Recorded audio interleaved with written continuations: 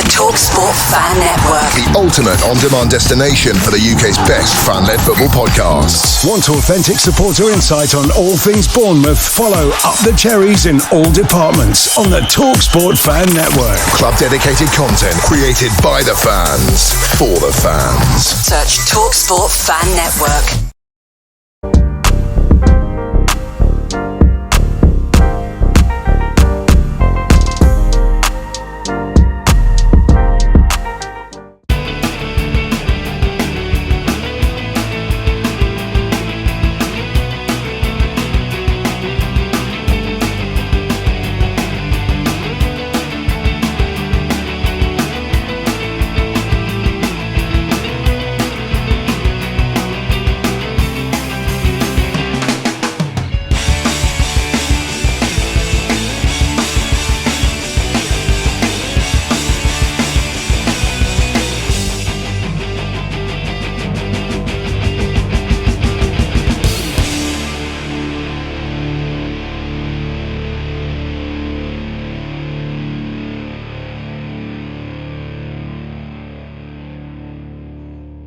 Welcome back to another Dean Court Social here on Up the Cherries.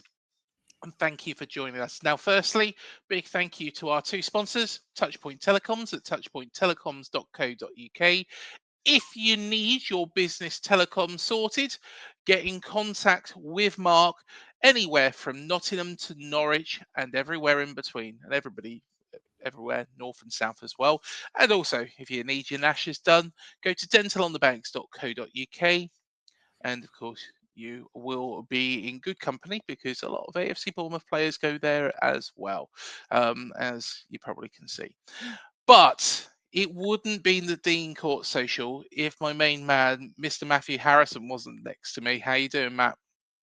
Yeah, all good. Going to be an interesting game this weekend, I think. So yeah, looking forward to going over the game with you. So yeah, let's crack on. Definitely. And I tell you what, for a couple of, a good half an hour, 45 minutes, we were dreaming of being top of the league come the end of the weekend. All right, yeah, Arsenal would have still overtaken us if we did keep hold of our lead against Crystal Palace, but it wasn't to be. But it was a nice dream to have, and what a game for a neutral. What a gutting end to a match for an AFC Bournemouth fan, though. Yeah, and it could have been even worse if Mateta had managed to take his chance at the end there, which, to be fair, was probably the easiest chance he had all afternoon. So yeah, could have been a lot worse. Could have been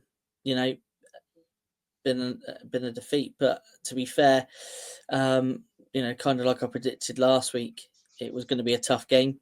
It was. I thought Palace at times looked really good.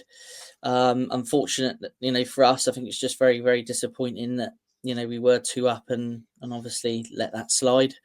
But yeah, I think at the end of the day, when you look back at it, when you look at the game, the opposition, I think you would say, disappointing to be 2-0 up, but you would have taken a point, I think, at the start of the day. So all in all, I don't think a point was overly a bad result. It was just disappointing to lose that 2-goal lead, really, I think. Well, I tell you what, one of the men that was inspirational in that draw against Palace and could well have won the game, he was just shy of that hat-trick, was a Ellie Junior Kroupi. Of course, he's come back from Lorient and he's come back with a real bang, and the impact is unbelievable. What sort of future has he got at this football club, Matt? I think it's so exciting. I think it's not just a case at this football club. I think it's within the game.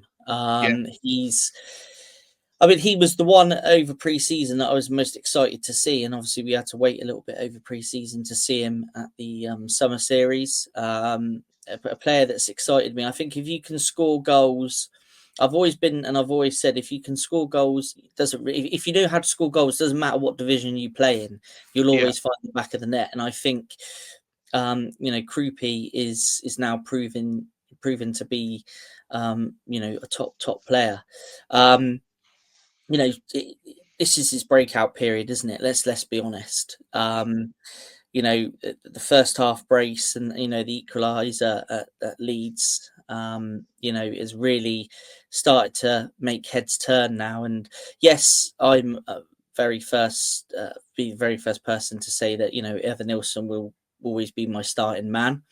But what Kroupi is doing is making a real good case for himself, and I think this could be what maybe Evan Nilsson needs.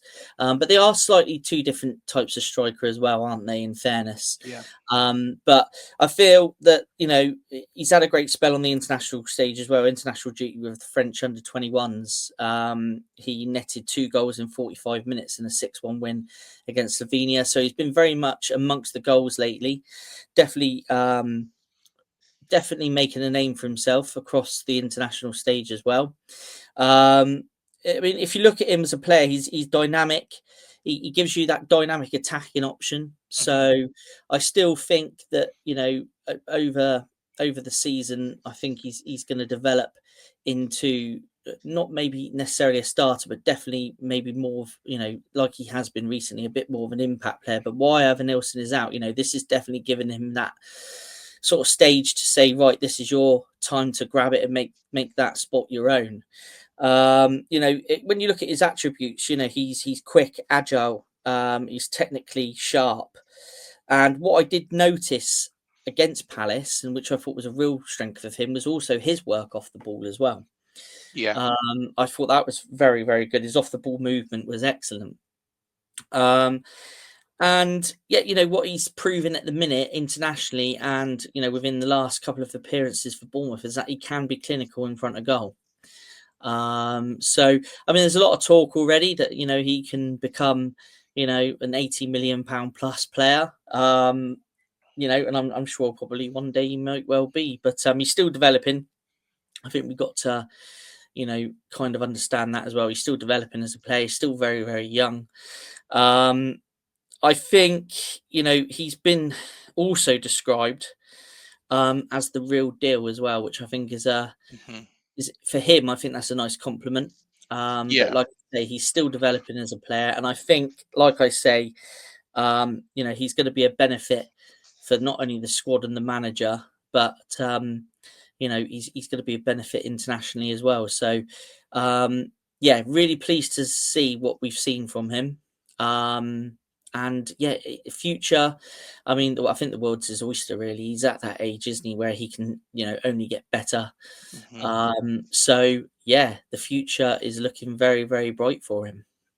He has been compared as well, and to be honest, the superlatives keep coming as a young Kylian Mbappe. Mbappe always seems young to me, to be honest. Yeah, Now I've turned 40. To be honest, he everybody's is young. young to me. Thanks, Matt. Thanks. Yeah, that's all right. That's all right. I'm catching you up, so I know what you're feeling. But yeah, you're right. But his sort of style, the way he plays the game as well, is quite similar. Those are massive shoes that they're comparing him to. But I don't. Whilst I think that that would be a very, very difficult task to actually become that level of Kylian Mbappe, and he would need a considerable spurt at this point in time to do that. I think that he's probably the next level down, but that's still impressive, considering what player Killian is, and I think that says a lot for Elliot Junior Kroupi. I know he might be thinking, if he does ever watch this, he might be thinking, "Oh, it's a bit disappointing that they're saying that I'm not on that level, and don't think that I'll ever get to that level." But you have those players like Messi, you have the players like Ronaldo, Mbappe. They're once in a generation sort of players. To actually get and be compared to somebody like that is impressive, and I think he's got a great, and he's under the right manager as well. That's the thing. He's under the right manager in Andoni Iraola, who will help nurture that. Yeah, no, obviously, when you play under a manager like Andoni, with his attacking, and his high press, a player like Kroupi will only benefit from that, and I'm sure, as time goes on, he's only going to improve under Iriola's leadership anyway. But I just think, I see your points there you're making about the other players he's being compared to. I just hope we can see him in a Bournemouth shirt, for many, many years to come. I'm sure at some point there's going to be even more speculation about him, like there is a lot of our players. But, the reason why players like Kroupi, Semenyo, players like that pick up all this speculation is because of how they're performing. And it's just part of the parcel, isn't it? That it's all, we're going to see comparisons to Kroupi and Mbappe, and then you're going to start hearing, is he the next £80 million player, this, that, and the other. But hopefully he just keeps doing the business on the pitch for Bournemouth for as long as possible. And but yeah, it's just part of the parcel, isn't it? All this comparison and speculation. Yeah. Well, I tell you what, great cherry picking as well. I've got to say it. I wasn't involved, but of course, there is a whole series being produced on Andoni Iraola, and how he's done at Dean Court since, and what he's probably going to do in the future as well. So go and check that out after this preview. But whilst we're on the subject of managers, to segue in, let's talk about the turbulence at Nottingham Forest, because our opponents on Sunday, I've got to be honest, I don't understand what Marinakis is actually doing. Yeah, In all honesty, I think that's a fair point. And really, when you look at what's going on and what's happened, I think with what they've got, obviously, in Sean Dyche, I think this is, this is a guy that's going to steady the ship for them, and I think that's, for the fans, I kind of feel sorry for the fans. You've had Nuno in there.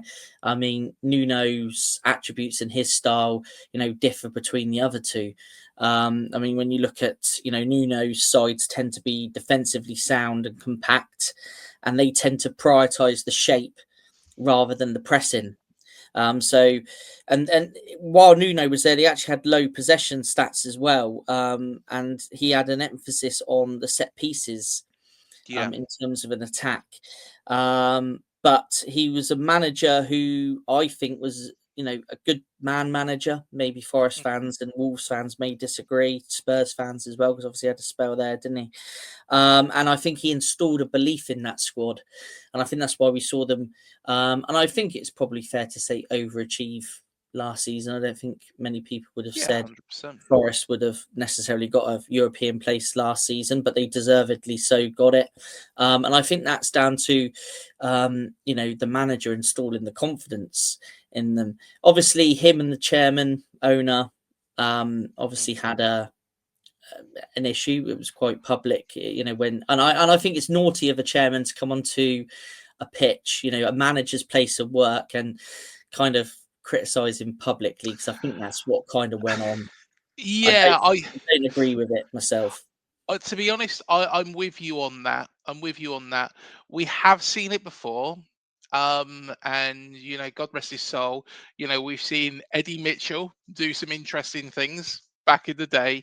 But it was never that intrusive. It was never that what Marinakis did to Nuno Espirito Santo. In all honesty, Nuno was doing such a fantastic job getting them there. When you look at it as well, the corresponding game last season where we won 5-0, you thought that maybe we might have burst Forest's bubble. But then they went and beat Brighton 7-0. Yeah. And that shows what a good manager Nuno is. I personally cannot understand Marinakis why he sacked him. Don't get me wrong, what he did previously in the Championship, sacking Chris Hughton when they were down at the bottom. Remember, that was his last game against us, for Nottingham Forest. They were down the bottom of the league. They sacked him, brought in Steve Cooper, and they had this resurgency. That made sense. Sacking Nuno Espirito Santo made absolutely no sense whatsoever. ever, considering he'd got Nottingham Forest into Europe for the first time since, well, is it the same first time since Brian Clough, isn't it? Surely. No, he's been in the Or have Premier I League missed? since then. I think it might have been Frank Clark. I think that got him to the Premier League in the late No, 90s. into Europe. Oh, I into Europe. Sorry. Yeah, Yeah. I'm pretty Yes. Yeah, sure absolutely. No, it's absolutely. Brian Clough was the last one. I might be wrong. Might be wrong. Do you know what? That's interesting. Yeah, I'd have to look that up. Yeah. Obviously, Clough had all the success, didn't he, for Forest in Europe? Obviously the back-to-back European Cups, and yeah, do you know what? Something rings a bell that they had a spell in Europe during the very sort of early 90s, but I might be wrong. But yeah, You might be right, to be I'm not a honest. Forest geek, so I wouldn't know. But yeah, yeah. I mean, it's what Nuno's done is obviously something for that they haven't done in well over 30 odd years, 35 years. So yeah, a strange one. And then when you look at the manager that they brought in Ange, which I thought at first, he might do well there, but I don't think his style of play really fitted with maybe the No. players he had. The style known as, what they call as Ange ball, isn't it? What they call it. Yeah. Forest, suits a more of a counter attack style of football rather than this sort of like expansive style that Ange sort of was demanding while he was there. So I think it's kind of, I think from an on-field perspective and a player's perspective, it's can add to sort of like tactical confusion and some sort of like maybe sometimes player mismatch and things like that. Whereas the man they've brought in now in Dyche, you know what you get with Yeah. Dyche. You know how it is. But, I agree with you, hands down. Nuno going to Ange Postecoglou, they play two different styles of football. What Nuno was playing and what Ange was playing is completely different. I really like Ange Postecoglou as a bloke. I actually really like him. He's probably one of the most likable men in football. I really do like the man. However, you cannot go from Nuno Espirito Santo playing one style to Ange Postecoglou playing the polar opposite style and then expect it to work and then give him 39 days to actually get it working and 5 Premier League games. It was never going to work. If we did that, and I know that I made some silly comments about Andoni Iraola when he first came in, I feel like a bloody fool for saying that now. But a lot of people were saying the same. But it shows if you give a manager time, they have to spend some time impacting and making those changes. Now, when they had Steve Cooper there, they brought in that raft of players and he got more time. He got more time to actually settle those players in, and he needed more time because it was a completely new squad. And Ange Postecoglou was trying to impact, all right, the squad was the same, but impact with a different style of football all at once. And now they've gone to Sean Dyche, who plays very, very, very defensive, dull, long ball football. It is anti-football. Burnley fans used to say it. And in all honesty, we were the last team that Sean Dyche come up against before he was sacked as Everton manager. You know what? That game could be going on to this very day. And when was that game? That was it January? January this year? Honestly, if it was still going on today, the players would be very, very tired. We probably made a lot of substitutions, but Everton still wouldn't have scored because of Sean Dyche's setup. And again, it is another completely polar opposite to Nuno Espirito Santo. Mark my words, I will say this now and I'll put it on record. Nottingham Forest will be relegated this year. 100%. Nottingham Forest will be relegated this year, and it won't be because of Nuno Espirito Santo. It won't be because of Ange Postecoglou. It won't be because of Sean Dyche. It will be because of Evangelos Marinakis. He is the man that is the problem with Nottingham Forest, and that is why, and that will be the man they can blame for them ending back up in the Championship. Honest, that is how I see it. Yeah.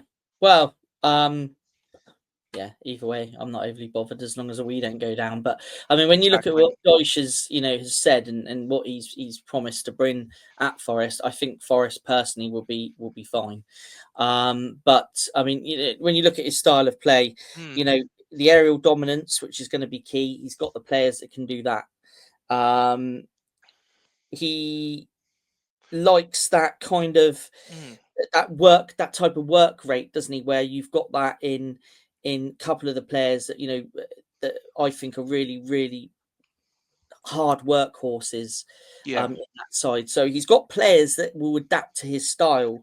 He will demand defensive responsibility as well, which I think is very, very key. That because when you look at their stats, they're sitting 18th in the table, 8 games in, 1 win, 2 draws, 5 defeats, and they got a goal difference of -10. So the first thing I think he would do is shore up the defence, stop the goals getting in. Won't happen necessarily overnight, but I think over time he's got the players there, which we touch on some key players. And the reason why I picked these key players is I think they fit under Dyche. I think that once he gets his point across, he gets his style across. He's got the players there, I think, that can adapt to the Sean Dyche way. But they didn't have a shot on target when Everton come here under Sean Dyche. Yeah, now I know it's a different side, but I think that Everton side, honestly, I think that Everton side are better than the Forest side at the moment. And I honestly think totally disagree. I I honestly think he's got better players now at his disposal than he had at Everton. In all honesty, I will disagree with you on that one all day. I think he's got players there that, and like I say, I'll touch on 3 of them shortly. But they, I think he's got the players there to turn things around. Is he there forever? Is he going to take them on a European run? I don't think so. Is he there to go in and do what he did at Everton, kind of go in at a difficult time, stabilise things and move on? Quite possibly. That's how I see it. But let's see. You might be right. I think we have to agree to disagree on that one. I think it is absolutely bonkers an appointment. And in all honesty, if Marinakis had any sense, looking at the style of what Nuno Espirito Santo produced, the one man that is available at this point in time, who I think would have been suitable to go for, is Graham Potter. And I think Graham Potter might have actually done a better job than Sean Dyche does. Who knows? We'll find out in the long run. I think he's off to Sweden, isn't he, Potter? Yeah, he is. So something like that, isn't it? But yeah, I tell you what, I've annoyed all the Nottingham Forest fans. I'm sorry, Forest fans. You all love me now. But I tell you what, let Matt give you some good news because they do have some key players. I mean, when you look across the squad, there's players here that I could have picked that I haven't, purely because I think the players that I've picked will suit the Dyche way. And when you look across the squad, you've got so many names there defensively, in midfield, and in attack. But I've gone for, firstly, in defence, Murillo. Have I pronounced it right? Yep, Murillo. Yep. Murillo. I've liked him since he signed for him, really, to be fair. I think he's a good player. He's a strong defender.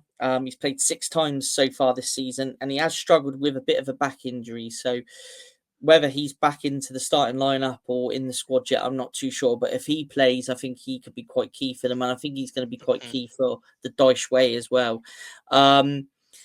He's a very good reader of the game. Very good reader. and he has composure on the ball as well. And I think that's quite key. I think I love defenders that have got composure on the ball, and that's what I like about him. But what I also like about him is that he's aggressive. He's aggressive in the tackle, not shy of it. But he can also adapt to play as a back four. He can adapt to play in a back three system. And he's got some real pace about him as well. He uses his pace to recover. If there is ever a slip up within the side, whether it's his mistake or a mistake of a fellow player, he has got that space where he can recover, which I think is very, very important. Excellent aerial presence. Now, we know that's what Dyche loves, defensively and in attack. So I think he can be a player for Dyche that's going to be very, very important. And playing out from the back, okay, we might not see too much of that maybe under Dyche. We know he likes to be a bit more direct, but if that's a way that they do ever go during a game, he's got that composure to play from the back. And he's also been compared to the elite defenders in European football in terms of how they play from the back as well. So he's got a lot of plaudits. Whether Forest fans think the same, I'm not too sure. But from my opinion and from what I've seen of him, I think he's a really, really good player. Like I say, I could have picked, Morgan Gibbs-White, who's a great player. James McAtee, I think, is fantastic prospect for the future, isn't he? I mean, he's a great player. Is it Douglas Luiz? I could have picked him. I think he's had a few injury problems lately, but the player I've gone for midfield for me is Elliot Anderson. Yes. And I think this guy really excites me. What I've seen of him play for England recently, I think he's been really good. I think he's one of the names on the plane, I think, at the minute for next year. I think he goes. I really do. He's, a box-to-box midfielder with an excellent work rate. I mean, he's very adaptable as well. He can play in numerous positions. He can play in that sort of central defensive midfield role. He can play in a centre midfield role, but he also can play in a more advanced role as well. So I think for a manager like Dyche, I think someone that can play in various different positions with the work rate he's got, I think he's going to be a real benefit to Sean Dyche for the rest of this season. Again, a player that's doing really well, and like we know, he's now starting to be linked to other clubs. I think there's a few big Premier League names looking at him, and you can't be surprised with the performances he's putting in, not only at club level but international level as well. He's good at adapting to different tactical systems. He's got an excellent passing range. Even on FIFA, he's got a great passing range. We've got a passing range of like 75 on FIFA, so whatever people call it these days. So he can create as well. He's physically strong, and I just think he's going to be a very, very key player for Sean Dyche moving forward. You bought him already, have you, on FC26? Is he a Bournemouth player? No. Oh, okay. No, he isn't. He isn't at the minute. I've kind of stuck with the squad that we've got at the minute. Fair enough. But yeah, when you look at tops, there's some good names in attack form as well. But I mean, there's one player that just instantly you think of this player, you think Sean Dyche, and that's Chris Wood. I know he's been a bit of a doubt lately with a bit of a knee injury. So whether he plays, not too sure, but if he does play and Dyche is adapting the way that they play in their style, then this guy is going to be very, very key. He's done it and he's proven at Burnley, Newcastle and Forest last season that, he can be a handful for defenders.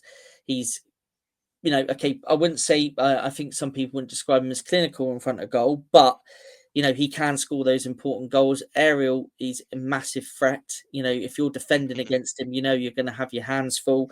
His attributes, for me, he seems a very strong presence with his back to goal in terms of holding the ball up, things like that. So, and he's also, when you look back at some of his goals, you could describe him as a bit of a penalty box poacher.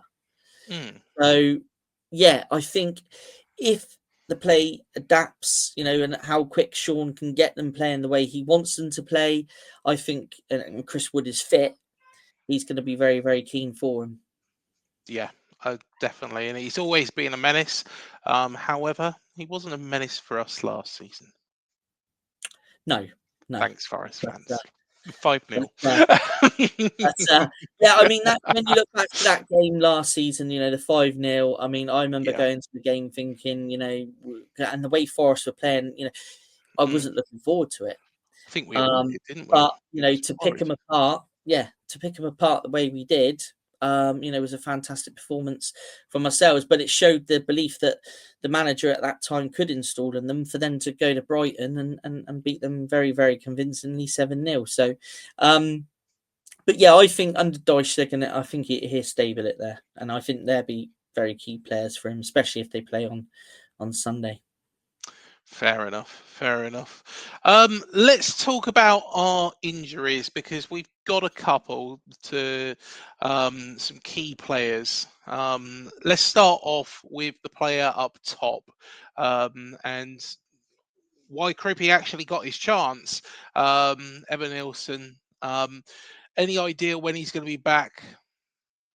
It's one of those funny injuries with Evan Nilsson, unfortunately.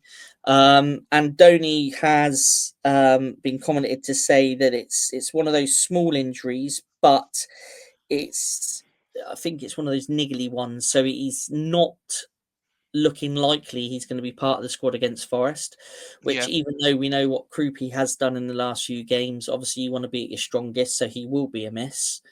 Unfortunately, I don't think there's any real time scale on how long that's going to take. So yeah, that's even though Kroupi has stepped up to the mark, which is excellent, I'm sure he's going to have a great game if he starts on Sunday. It would still be nice to have that option of both Kroupi and Evan Nilsson as a manager from the manager's perspective. But then again, we've got also David Brooks, haven't we? Yes. Brooksy, he's got again one of those small injuries, and it's been quoted to say, it depends on how quickly he responds to treatment, depends on how quickly he comes back. So again, he's looking unlikely to feature against Forest. Again, a shame, but then again, we do have options that can step in and step up. So we know it's not like we're light on that department. It'd be great to have a fit Brooks, whether he starts or whether he's on the bench for us, because you want those kind of players involved. But at least we're not too short in that area. We can cope. So the main thing I think for Brooksy is that he responds to the treatment that he has for the injury, and he obviously picked it up on international duty. I think I think it's his hamstring, isn't it? I think there's something with his hamstring. So hamstrings are funny things as well. You don't want to rush those back. So yeah, unfortunate. But there is a bit of good news, isn't there, on the injury front? Obviously, Smithy made the bench against Palace. So it's good to have the skipper back involved with the squad on a match day. We know how consistent Smithy has been over the years. So even though we've got, players that like Jimenez, who I'm a fan of, and, we've obviously got Hill that can play it right back, it's always good to have your skipper back involved. So that's a plus. And obviously our Turkish international striker, Yunus Sinanel, has come through, I think it's 60 minutes of a development game earlier on in the week under Alan Connell. So that's really, really good to see as well. I'd imagine with the injury he's had and the game time he's had, I'd imagine the Forest game will come a little bit too soon for him. But again, another weapon at the manager's disposal if he wishes to use him in the near future. So yeah, couple of unfortunate injuries, but there's also a couple of little bits of good news as well coming through. So yeah, touch wood, it stays like that, and we don't pick up any more injuries. Definitely, and it's good to see Enesu now back on grass. He's been out for most of this year, most of this calendar year. So, pretty much all of this calendar year, hasn't he, Matt? I'm trying to think when the West Ham game was where he scored that fantastic goal. Yeah, has he been out since January, February? Yeah, because of course Evan Nilsson got that injury, and we thought, well, this is his chance, and then he got injured, and that's why Dango played up front against Nottingham Forest and scored a hat trick. I don't think he even played a game, did he, while Evan Nilsson was out? Because he got injured in training midweek, didn't he? He did, yeah. It was the same week. Same week, wasn't it? So, Yeah, really I do remember. unfortunate. Yeah, very unfortunate. Yeah. Because again, an opportunity, that he would have had, like Kroupi's had to, take that opportunity with both hands, which unfortunately, due to that injury, was taken away from him. But I think the good thing is that he's back on the pitch now and getting minutes, and whatever the future holds for him, the main thing is that he's playing football again. Well, don't worry, Forest fans. Dango is now at Brentford, so he won't score a hat-trick, but we've got plenty of players that will do. I better shut up, because otherwise I won't be allowed to go into Hooters in Nottingham next time round, and I quite like it in there. The look on your face there. But I tell you what, let's pass it over to a very, very good friend. He is the host of Door on Tour. It is only Mr. Door. What's going on, people? My name is Ben. We have a YouTube channel, Door on Tour. I'm going to talk about Nottingham Forest this season so far. It's been a crazy season for us and for myself as a Forest fan. Start of the season, we started good. We beat West Ham, and then went downhill from there. Nuno got sacked after the 3-0 defeat. If you look at it, it's been disrespectful towards our owner, Mr. Marinakis. And then we brought Ange in. Do I have to talk about Ange? The only good thing about Ange was the first half against Real Betis, one of the best footballer I've seen as a Forest fan for a long time. But just wasn't great at all. Like I said, no wins. And like I said, Midland, we lost 3-1 last week round, and that wasn't great. It just went downhill, and I think it was right for the owner of Mr. Marinakis to sack him. But at the same time, it was his fault as well, so he has to take the blame. But then Sean Dyche comes in, and he's brought in two legends as well with Ian Warren and Steve Stone. And as you know, Forest beat Porto 2-0, but we needed that. And especially conceding so many goals as well, left, right and centre, and to get a clean sheet as well. Again, that's so important. And players like Gibbs White wasn't playing great and got his goal for the penalty, and as well with Igor Jesus scoring as well. That gives confidence to Forest fans seeing, and again, a clean sheet, winning, and hopefully against a team, Bournemouth. We never win at Bournemouth. We never do. And it's going to be a tough game. And Bournemouth have started really bright. And now we brought in Dyche in. Hopefully he can go there and get a shock. But from that, like I said, we brought in so many players in the summer. We've improved loads as well. We've got like Makati, Bakwa, Kalamendu, Igor Jesus as well, Douglas Luiz, Emil Hutchinson. We brought some good players, and we was having a big squad as well. It's going to be tough. It's going to be very tough as well. But hopefully this can be start of the season for us, because like I said, we need to start winning Premier League games, because if we don't, we are going to be stood fighting for relegation zone. And like I said, Bournemouth started very well. Bournemouth lost key players, but look at them. They're in the top half, and deservedly as well.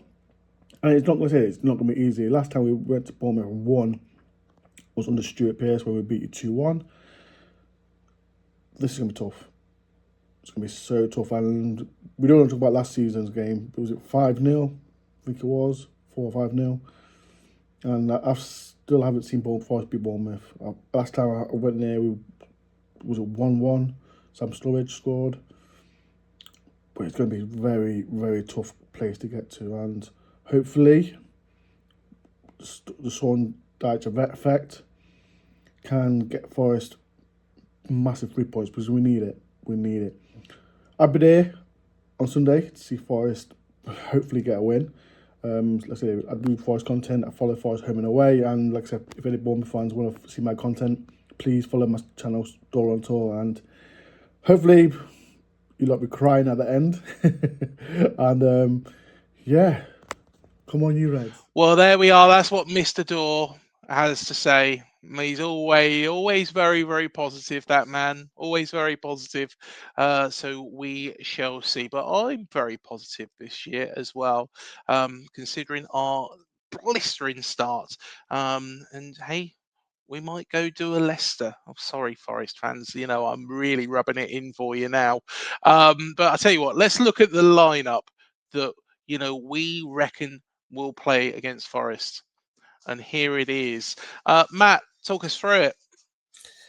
Yeah. So as always, Petrovic will get the nod. The back four, the only change I think I would make if it was possible, that is to bring Smithy back in. I think for him as the leader and for his consistency and defensively, his experience, I think would be a good move. Midfield, tricky one here because Alex Scott has had an excellent season. Yeah. Lewis Cook could easily go in there as well. But for me, I think against the players that we'll be facing, Adams, who's having an excellent season, but for me, Christie goes in there just for that extra bit of strength on the ball. You could put Cook there as well, but I think since Cookie's coming back from the injury and things like that, I think Christie, he made a good impact against Palace. He come on, obviously grabbed the goal as well, but I think for me, he just gets the nod over the other two. But I do think you'll definitely see Scott. If this was the team picked, I do think at some point in the game you would see probably on the 60th kind of minute mark, maybe Scott come in for Christie, just to add some more legs to it.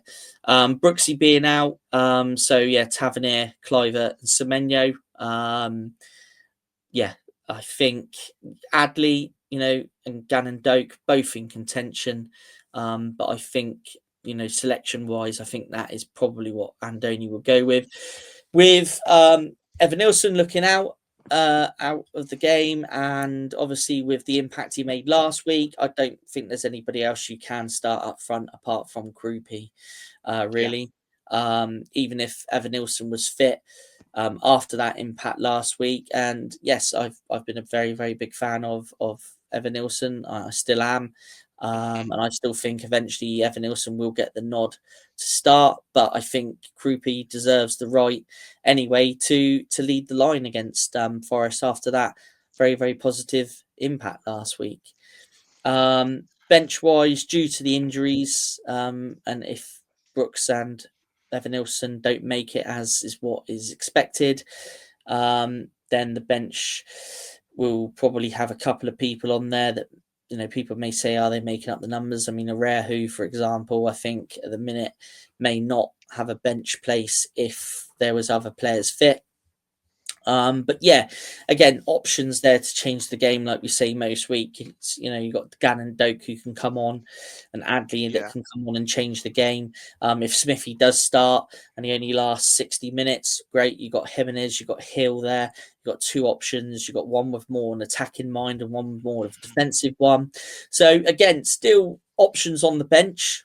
Still some very good, strong options on the bench. I'm sure Andoni would like the likes of Brooks and Evan Nilsson being available, but if that's not the case and this is the kind of bench he will be working with, he does still have those options to make changes during the game.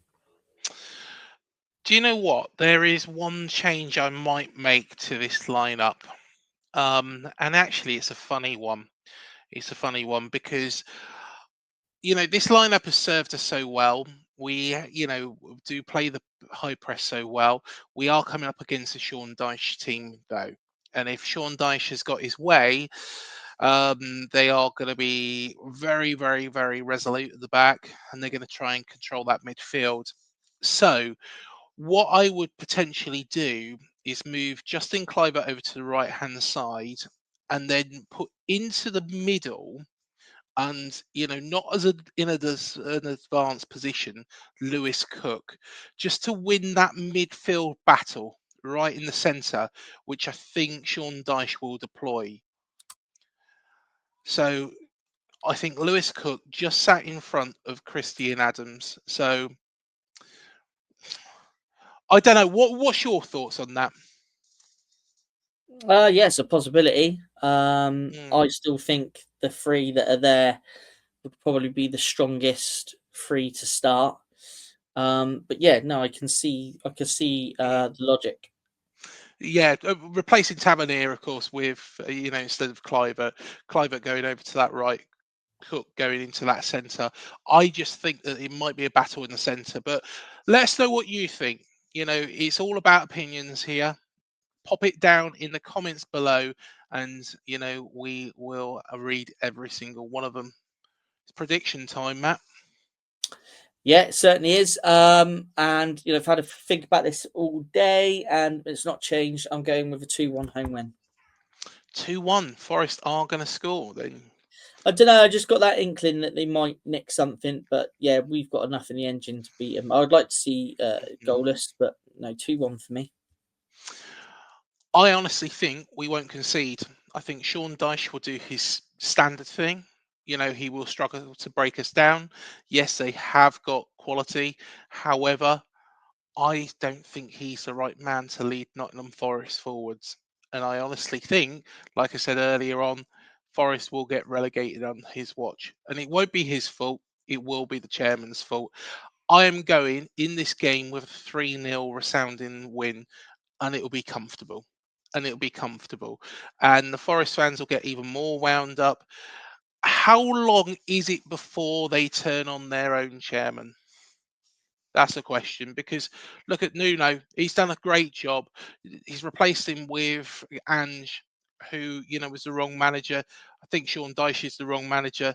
How long will it be if this doesn't work before they turn on their chairman, or do they just worship him? I honestly think it's his fault why Forest will end up in the Championship next season. Yeah, cool. There we are. Anyway, hit the like, hit the subscribe, hit the bell button below. It does help the channel to grow. Do check out our 2 sponsors as well. Thank you again to Mr. Dorr. Thank you to everybody for watching. We shall see you in the next one. Up the cherries, and thank you for joining us.